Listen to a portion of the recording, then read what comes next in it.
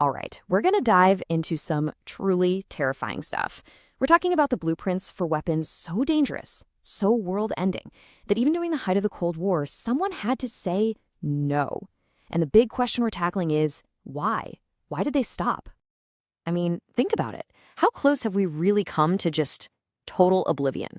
We've all heard about the nuclear arms race, right? But the stuff that was public knowledge, that was just the tip of the iceberg.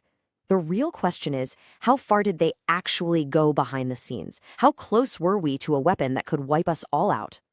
The answer? Way, way closer than you probably think. These blueprints, they're not science fiction. They are real. You have to remember, this was the Cold War, a time of intense paranoia. And so the top minds, the best scientists and strategists, they were basically given a blank check to imagine the unimaginable, to design weapons that pushed the absolute limits of destruction. So let's pull back the curtain on these doomsday blueprints. We're going to look at two of the most horrifying ideas to ever come out of those secret labs, truly monsters on paper. Okay, first up, we have something that sounds like it was ripped straight from a comic book, the nuclear hurricane. The official name was Project Pluto, which sounds almost friendly, doesn't it? But its mission, well, its mission was absolutely terrifying. This was a weapon that you literally could not turn off.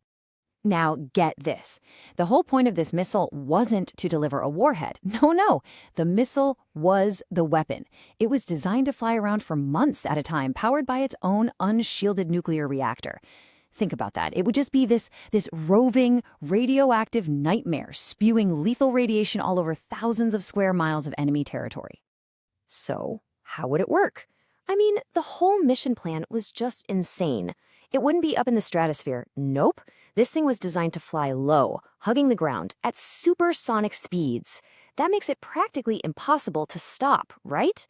And the entire time, its nuclear engine is just blasting out radiation, contaminating everything in its path. So you've got to wonder, right? Why isn't this thing out there? It sounds like the perfect doomsday weapon, the ultimate deterrent. What was the fatal flaw? What stopped them from building this terror? And here's the reality check. The big problem, it was just too dangerous for everybody, including the people who launched it. I mean, think about it. Where do you even test something like this? You can't just fly it over your own country or even the ocean without causing a huge radioactive mess. And the biggest issue, once you launch it, that's it. There's no off switch, no calling it back. It's a threat to the entire planet. Okay, so if you thought a flying, uncontrollable nuclear reactor was bad, hold on. Our next case study takes it to a whole other level. This one wasn't designed to win a war. It was designed to salt the earth, to end everything. And the idea behind the cobalt bomb is just chillingly simple. You take a huge hydrogen bomb and you drop it in cobalt. When that bomb goes off, the intense neutron blast transforms that cobalt into an incredibly radioactive isotope, cobalt-60. And that radioactive dust gets thrown into the atmosphere and spreads everywhere. And to give you a sense of scale, just look at this. The fallout from a normal nuclear weapon, it becomes relatively safe in a matter of weeks, maybe months. But cobalt-60, we're talking centuries. It would poison the soil, contaminate the water, basically make huge parts of the planet completely uninhabitable for generations. A true planet killer. So, this is it. The ultimate doomsday device. The thing that guarantees mutually assured destruction, for real. It's the final word, right? So, why wasn't it built? What stopped them from creating this thing? Well, it turns out, even in the darkest days of the Cold War, there was a line. And this quote from physicist Leo Szilard just nails it. He said, "It serves no military purpose. It's only a weapon of genocide." Think about that. This wasn't about strategy anymore. This was about wiping out humanity. And even the most hard-nosed strategists seem to realize that's a line you just don't cross. So when you look back at these projects, you start to see this really interesting pattern emerge. It wasn't that they couldn't build these things. It's that they realized they shouldn't. It was a moment of, well, wisdom. A sober second thought that prevailed. And when you lay it out like this, it becomes really clear. The nuclear hurricane, it was just uncontrollable, totally untestable, a practical nightmare. The cobalt bomb, it was straight up suicidal and just morally unthinkable. Two different weapons, two show-stopping fatal flaws. And you see these common themes over and over. The weapons were just too powerful to even test safely. They were too complicated or autonomous to ever be truly controlled.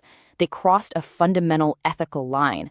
And at the end of the day, they didn't offer any real advantage, just mutual suicide. The risk to yourself was just as high as the risk to your enemy. Okay, so what can we learn from all this? Why are we digging up these old, terrifying blueprints? What's the lesson from staring into that abyss? Look at that number, 65,000. That's roughly how many nuclear warheads existed at the peak of the Cold War. We had more than enough firepower to end civilization many times over. And yet, and this is the crucial part, the absolute worst ideas, the true doomsday machines, were intentionally left on the drawing board. Someone, somewhere, drew a line. And that's really the lesson here, isn't it? The technology gave us the power to completely destroy ourselves. But human wisdom, a clear-eyed look at the risks and the morality of it all, made the choice not to. And that brings us to today. We're in a new age of incredible technologies, things like autonomous weapons, advanced AI, biotechnology, things that could change the world forever. And the question that haunted the Cold War is just as relevant now. Have we remembered the wisdom of hitting the brakes?